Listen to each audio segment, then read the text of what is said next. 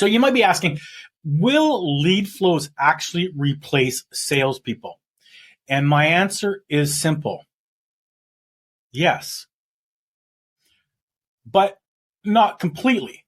They will replace them for activities such as top of the funnel prospecting. Now, why do I say that? Well, let's use myself as a case study. So we know that whoever is your salesperson, 9 times out of 10, that this data relates to them. There's always outliers, but the majority, the average person, follow us up with one rejection, right? They don't get an automatic yes. They don't get a response. They don't follow up. Now, to be fair to salespeople, there's a lot that are asked of them. Prospect, close, put out fires. So would you rather put out fires and keep customers than get rejected and struggle to find new customers, right? But we know the data is solid. We know that some 80 some odd %, if you add all that up, don't call more than 5 times. So there is a huge gap. And we have put things into place like CRMs, things like that to try to improve that. Now, depending on the industry and depending on the sophistication of that industry, those change. High tech, SaaS organizations, things like that, they're probably extremely accurate on their follow-ups. They have CRMs, and those things don't happen. But when you get more into small, medium-sized enterprises, you start getting into the cleaning industry, more blue-collar jobs, industries, then the technology that's used and adapted is not there. Some companies try to implement it, but they usually have a lot of issues implementing that because they have an older school demographics in their sales teams. Now, I can definitely talk about that with respect to the cleaning industry. Now, so we know that follow-up is a challenge, but we also know that gold is in the follow-up, right? Nobody, except for the odd person, gets married on the first introduction, right? They sell themselves. They follow up. They reach out. They have coffee. Then they, take that to maybe a dinner date, what have you, right? We're investing time to explore that relationship to see if potentially marriage, closing the deal, is something that both parties are interested in, and it has to be win-win. It's not that much different. So we need to help salespeople stay focused and follow up because the gold is in the follow-up, and they're asked to do many different things. So we also know that when we're cold calling, when we're prospecting, that only 3% of the population on average is actively looking to buy. So when we reach out to someone and someone says, yes, I'm in the market, you've hit 3%, meaning you got lucky, meaning you found the unicorn, because 56% aren't even ready and 40% are poised to begin.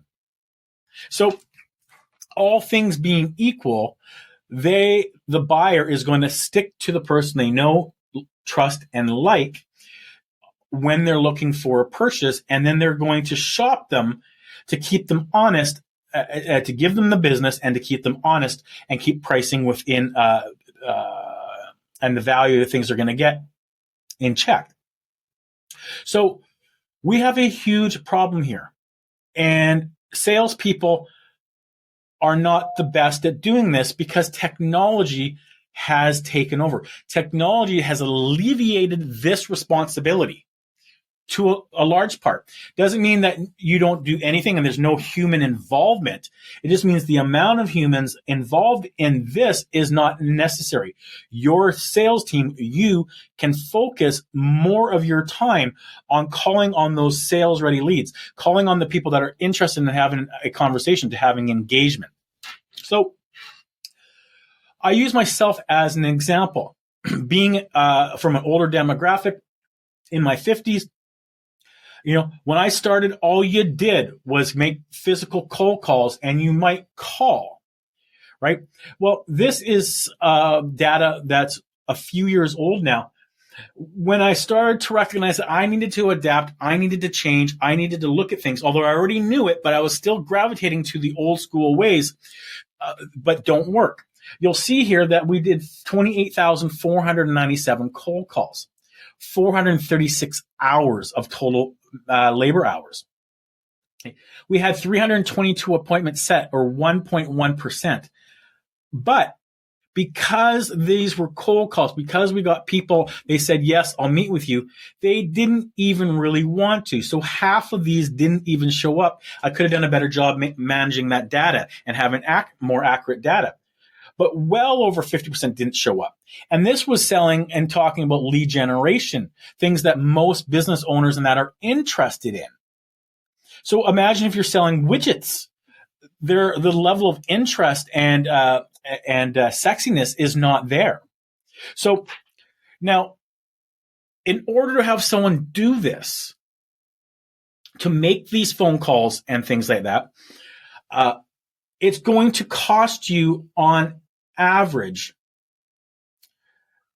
$50,000 or more to have a salesperson do that prospecting for you. The issue with this is that if you spend $50,000, you have to do $100,000 in sales to pay for that person. So this is really good numbers. If you make less than 50% margin, that obviously it's more than that. So now you have to come up with $100,000 in new sales to get the profit to pay for that person. And that's just to be a wash. That's not including things like, expenses and travel time or cell phone coverages, insurance for cars, whatever, all the hidden expenses. We're just talking just the salary. So can salespeople's time be focused better on more high value tasks? And I believe the answer is yes. So I also like to look at Tech-Powered Sales by Justin Michaels and Tony Hughes.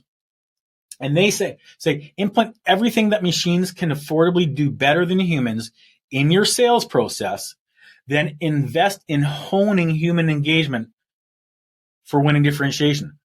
What does that mean in simple terms? It means allow technology, lead flows, AI, things of that nature, to do things better than humans can. Follow-up, outreach, emails, SMS, phone calls, things of that nature from top of the funnel perspective. Then your sales team hone in on those conversations, the asking questions, closing, building relationships, those things to differentiate your team. So let's stop expecting salespeople to be Superman or Superwoman and find the leads, reach out to the leads, connect with the leads, follow up with the leads, close the leads, look after the leads, keep the leads. That is a lot to put on people. So it was possible 30 years ago when I started, and I had a territory that did $16,000 in sales per month. And I got hired, and my job was just that. There was no cell phones. I'd call in twice a day on a payphone. So in 30 years, things have progressed and changed so much that we can automate a lot of that top of the funnel prospecting. So what are lead flows? Lead flows are kind of like cloning your best salesperson to prospect and follow up 24 hours a day, 7 days a week, 365 days a year. And so we're not looking at lead flows to replace salespeople. We're looking at lead flows to replace the allocation of their time and their expertise to automate, offset top of funnel, and then get more involved in the middle and bottom of that funnel. So yes, lead flows are going to replace salespeople, but salespeople that can connect, add value, create value, and close customers are going to be much higher in demand, because at the end of the day, Business to business selling is person to person selling. It's about connecting, and we all deal with, buy from people we know, like, and trust. However, we don't know, like, and trust people we don't know. We avoid people we don't know. We have our guard up to people we don't know. It's just human nature. So let's allow technology to help salespeople where salespeople fall short, and that's in the follow-up because we're torn in many different directions. Hope you found this of value. If you did, click the link below, subscribe, like, comment. Look forward to seeing you in the next video.